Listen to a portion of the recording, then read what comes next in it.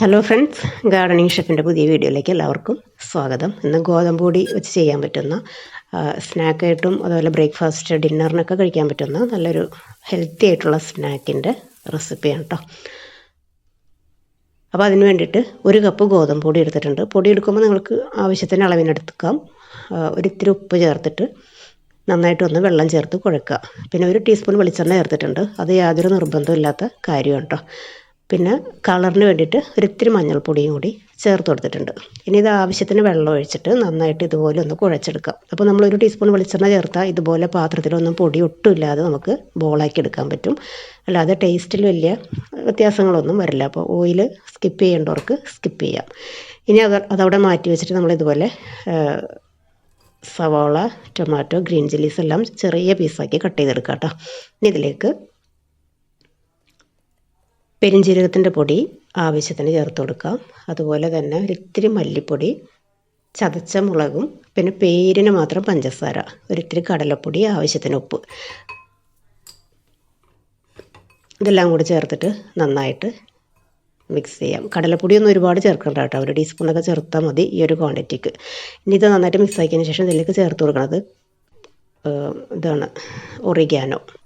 അപ്പോൾ ഒറിഗാനോ കൂടി ചേർത്ത് കൈ വെച്ചിട്ട് തന്നെ നന്നായിട്ട് മിക്സ് ചെയ്യണം കേട്ടോ. ഒറിഗാനോ ചേർക്കുന്ന സമയത്ത് നല്ല ടേസ്റ്റ് ആയിരിക്കും. ഇനി അത് ചേർക്കാൻ ഇഷ്ടമില്ലാത്തവർക്ക് സാധാ ഗരം മസാല ചേർത്ത് കൊടുക്കാം. അതല്ലെങ്കിൽ കസൂർ മേത്തിയുടെ ലീവ്സ് ഉണ്ടെങ്കിൽ അത് ചേർത്ത് കൊടുക്കാം.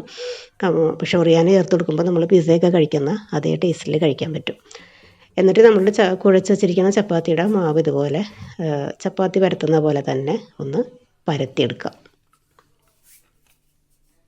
കുറച്ച് പൊടി വിതറിയിട്ട് ഒരുപാട് തിന്നല്ലാത്ത രീതിയിൽ അത് ഇത്രയും കട്ടിയിൽ വേണം കേട്ടോ പരത്തിയെടുക്കാനായിട്ട്. അതൊരു പ്ലേറ്റിലേക്ക് വെച്ചിട്ടുണ്ട്.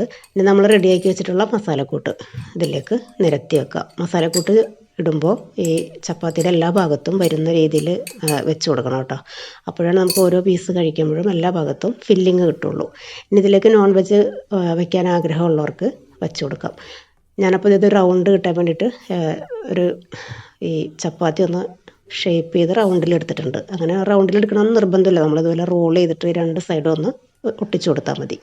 ചിക്കനൊക്കെ ചേർക്കുകയാണെങ്കിൽ വേവിച്ചതിന് ശേഷം മാത്രം ചിക്കൻ ഇതിലേക്ക് ചേർത്തിട്ട് ഇതുപോലെ തന്നെ ചെയ്തെടുക്കാം. എന്നിട്ട് അതിൽ സ്റ്റീമറിലേക്ക് വെച്ചിട്ട് നമ്മൾ ഒരു 5 മിനിറ്റ് ഒന്ന് സ്റ്റീം ചെയ്തെടുക്കുകയാണ്. അപ്പോൾ ഇതുപോലെ ഒരു വാഴയില വെച്ച് കൊടുക്കുകയാണെങ്കിൽ നമുക്കിത് പെട്ടെന്ന് കിട്ടുകയും ചെയ്യും. സ്റ്റീമർ പിന്നെ കഴുകുന്ന സമയത്ത് പെട്ടെന്ന് ഈസി ആയിട്ട് ക്ലീൻ ചെയ്യാനും പറ്റും. അപ്പോൾ ഇതുപോലെ സ്റ്റീം ചെയ്ത് വന്നിട്ടുണ്ട്. ഇനി ഞാനിത് പെട്ടെന്ന് തന്നെ ഇതുണ്ടോ നമുക്കിങ്ങനെ പെട്ടെന്ന് ഇളക്കി മാറ്റാൻ പറ്റും. ഇനി ഇത് ഓരോ പീസാക്കിയിട്ട് കട്ട് ചെയ്തെടുക്കാം. ഇപ്പോൾ ഒരുപാട് ഹെൽത്തി ആയിട്ടൊക്കെ നോക്കുന്നവരാണ്, ഓയിലൊന്നും കഴിക്കാൻ പറ്റാത്തവർക്ക് ഇതുപോലെ തന്നെ കഴിക്കാനായിട്ട് നല്ല ടേസ്റ്റാണ്. അതല്ല കുറച്ച് 1 സ്പൂണൊക്കെ ഓയിൽ കഴിച്ചാലും കുഴപ്പമില്ല എന്നുണ്ടെങ്കിൽ ഇത് നമുക്കൊന്ന് ചെറുതായിട്ടൊന്ന് സോട്ട് ചെയ്തെടുക്കാം. പാൻ വെച്ചിട്ട് ഓയിൽ ചേർക്കുന്നതിനെക്കാട്ടിലും നല്ലത് ഇതുപോലെ 1/4 ടീസ്പൂൺ നെയ്യ് ചേർത്ത് കൊടുക്കാം. നെയ്യൊന്ന് ചൂടായിട്ട് വരുമ്പോൾ നമ്മൾ കട്ട് ചെയ്ത് വെച്ചിരിക്കുന്ന ഈ ഒരു പീസ് എല്ലാം നിരത്തി വെച്ച് കൊടുക്കാം. ഒരുപാട് ഫ്ലെയിമിൽ വെച്ച് കൊടുക്കരുത് കേട്ടോ. അപ്പോൾ നമ്മൾ വെച്ച പാട് തന്നെ ഇതെല്ലാം കളർ പെട്ടെന്ന് ചേഞ്ച് ആയിട്ട് വരും. ഇനി ഇതിനിപ്പോൾ കുക്കിംഗ് ടൈമൊന്നുമില്ല എങ്കിലും നല്ലൊരു ക്രിസ്പിനെസ്സിലും അതിൻ്റെ ആ ഒരു കുറച്ചൊരു ടേസ്റ്റ് ഒന്ന് എൻഹാൻസ് ചെയ്യാൻ വേണ്ടി മാത്രം ചെയ്യുന്നതേ ഉള്ളൂ. ഗീ എല്ലാ ഭാഗത്തേക്കും ഇതുപോലെ ഒന്ന് ആക്കി കൊടുക്കാം. എന്നിട്ട് ഓരോ സൈഡും തിരിച്ചിട്ടിട്ട് ഒന്ന് ജസ്റ്റ് ഒന്ന് തിരിച്ച് മറിച്ച് ഒരു കളർ ചേഞ്ച് ആക്കി എടുത്താൽ മാത്രം മതി.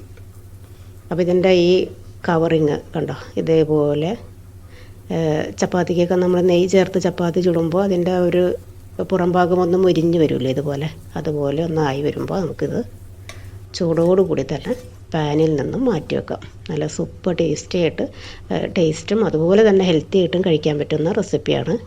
ഓയിൽ ഒട്ടും തന്നെ ചേർക്കാതെ നമുക്കിത് റെഡിയാക്കി എടുക്കാം. പിന്നെ കുട്ടികൾക്കൊക്കെ കഴിക്കുന്ന സമയത്ത് ഇതുപോലെ കുറച്ച് ഗീയിലോ ബട്ടറിലൊക്കെ ചെയ്തെടുക്കുമ്പോൾ നല്ല ടേസ്റ്റ് ഉണ്ടാകും. അപ്പോൾ ട്രൈ ചെയ്ത് നോക്കുക, നിങ്ങൾക്കും ഇഷ്ടപ്പെടും. വീഡിയോ കണ്ടുകൊണ്ടിരിക്കുന്ന സമയത്ത് വീഡിയോ നിങ്ങൾക്ക് ഇഷ്ടപ്പെടുകയാണെങ്കിൽ മറക്കാതെ ഒന്ന് സപ്പോർട്ട് ചെയ്തേക്കണം കേട്ടോ. താങ്ക്